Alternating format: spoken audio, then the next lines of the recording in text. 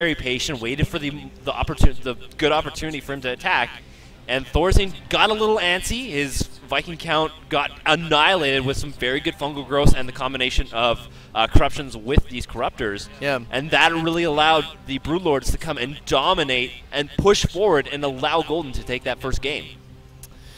Gotta agree with you. The fungal growth really also contributing in the sky battles for our player Golden. So with an almost Terran-esque style of play, Golden takes down Thorzain in game 1. We'll be moving on to game 2 in just a second here for you guys. Give us 1 second to get everything oriented.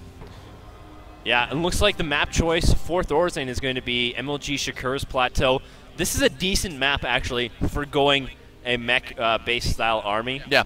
Just because of the way that the map is shaped. Just, you know, the one attack path there through the middle, and if you can control that with a very large siege line, you can be very effective with mech units. But it's getting to that critical mass of Hellions, maybe even Banshees, which is a good lead into that. Hellions, Banshees, siege tanks, and Thors.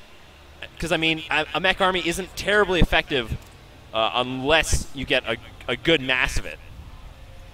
True enough, guys. We'll find out exactly what Thorzain intends to do here in Game 2 versus Golden Light. Let's take you inside. We're just getting ourselves started. All right. On the top left-hand corner, currently up 1-0. The blue Zerg player. He is Golden. And his opponent, the red Terran player, Thorzain.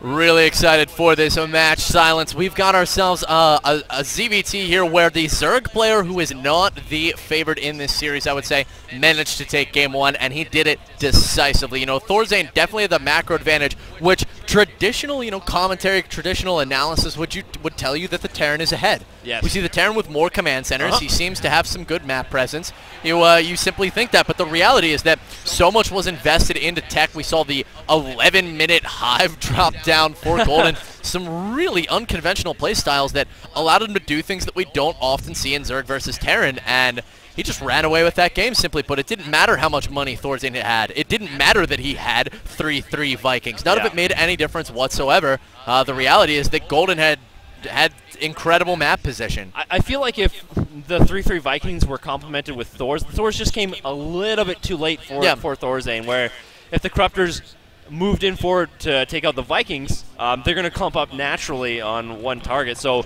the Thors would have helped a little bit, but they're just too late there for Thorzain, and Thorzain, again, too little, too late. And yeah, Thorzain paid the price in that game, getting just a little bit over-eager. He felt like he needed to go right now because he wasn't mining from that planetary fortress, and he just couldn't do anything about it. So, gas here for Thorzain. Last game, he actually chose to go just one Marine and then Command Center immediately. Looking very similar. Yeah, I mean, it looks as if he's going to go for a 1 Rax expand here. We do see the accruing of minerals. He's at about 400 now, so it should be dropped any second. Pool about a quarter of the way done for our Zerg player, but something interesting to notice, he threw down a second extractor. Now, what is the intention behind this? Oh, actually, you know what? It's just stealing. I was like, okay, looking in the main, that doesn't make sense. That's okay, Kibbles. That's all right. That's all right. Yeah, he just wanted to steal. He may try to go over and scout if Thorzain is indeed... No, he is actually just going to let that extractor finish, which Thorzain is completely fine right now. He's going to want a higher mineral income. He's probably going to throw down maybe another Rax. Oh, no, he likes to actually tech right to factory. That's correct, yeah. Sorry about that. No, yeah, and he's going to rely a little bit heavier on minerals early on, so he's not concerned about taking that fast second gas. I guess Golden was just trying to get a look and...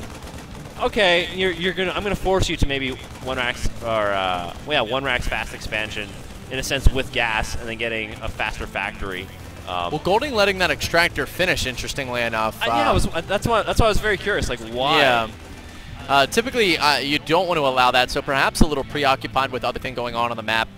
Definitely a possibility. We've got 1 drone currently on the extractor here for Golden, so playing it safely once again. He's got himself 2 queens on the way. Speed currently being researched.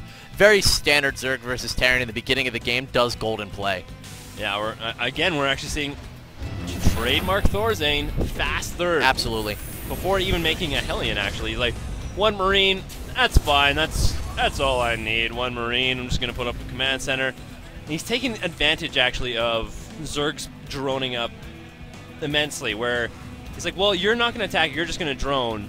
Why do I need to make units? I'm just going to make another command center and make my own workers very fast and try and keep up with you in worker production. You know, Thorzain really popularized this style, and Zerg's found a response to it, and it's the Roachling aggression. Yes. The Roachling aggression does fantastic against this if you don't immediately transition into tanks. In addition to that, you can also go for Roach Baneling 8:39-minute timing. Both of these things, it does not appear that Golden's going to be going for, because you want to drop the gas around 5:30 for that. There is a later style that we did witness earlier in the tournament. I'm forgetting exactly which Zerg player it was, but dropped a 6:20, 6:30 gas, but nothing going down right now for Golden, so it does appear as if he's going to play pretty standard. Yeah, throwing down that 44 macro hatch, which has just become so standard amongst Zerg players. Very likely we're going to see a lot of Lings, a lot of intense droning. And that's going to be great for Thorzain, because he's got map control right now with these Hellion Silence, and he's got his third command center. Yeah, Thorzain is pretty safe at the moment right now with Golden just droning.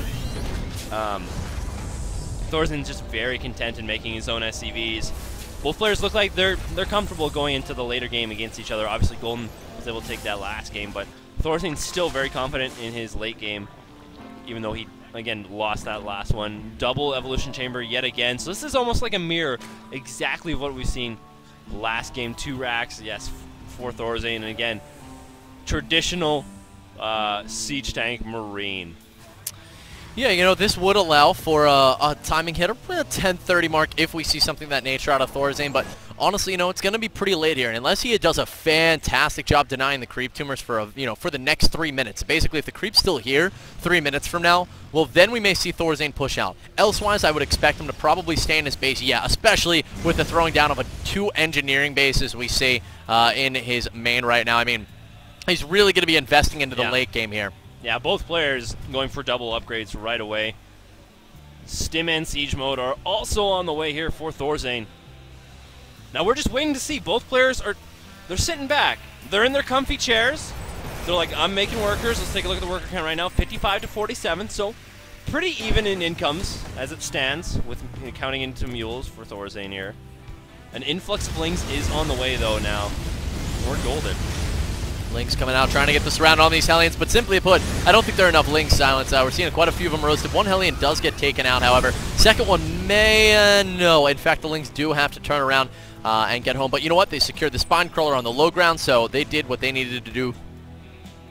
Yeah, and there we go. Infestation Pit is coming down again for Golden. So we're seeing the complete same game, basically, just on a different map, where getting melee upgrades, getting armor upgrades is Golden, as well as teching to that Ling Infester play.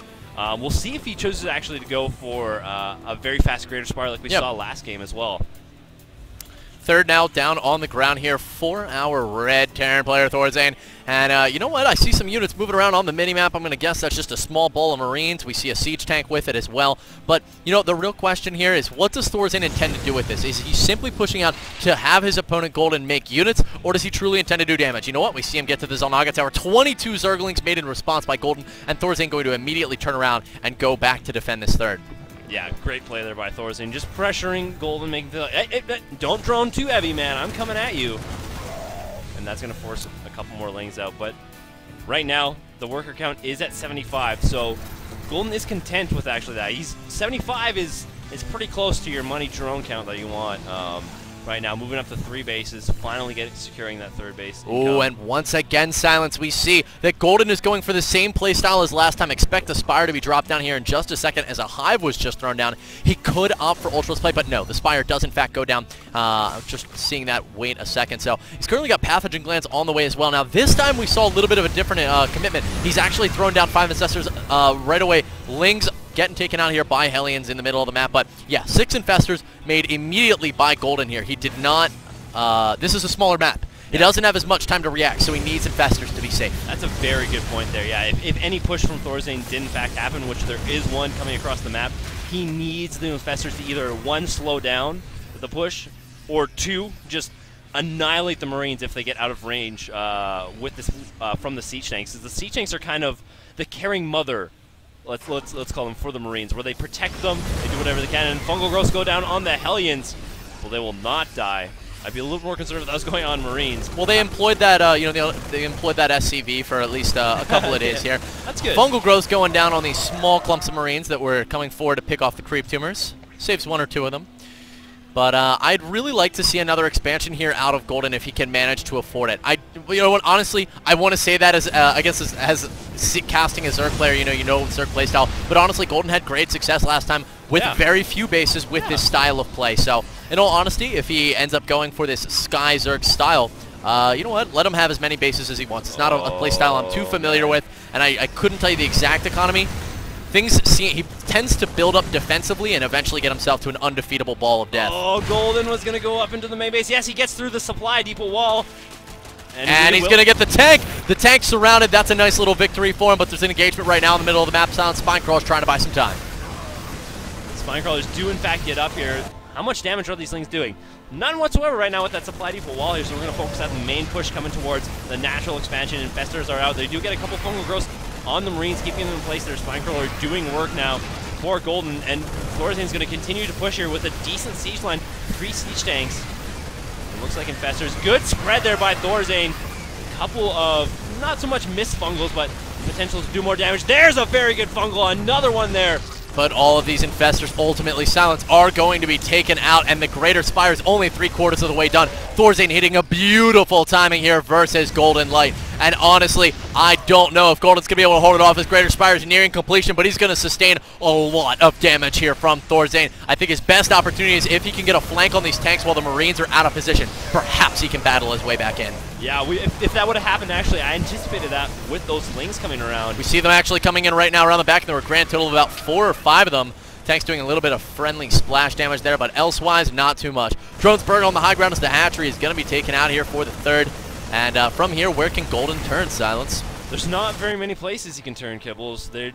He's making Broodlords right now, desperately trying to stop this push. But if there's not a significant ground army here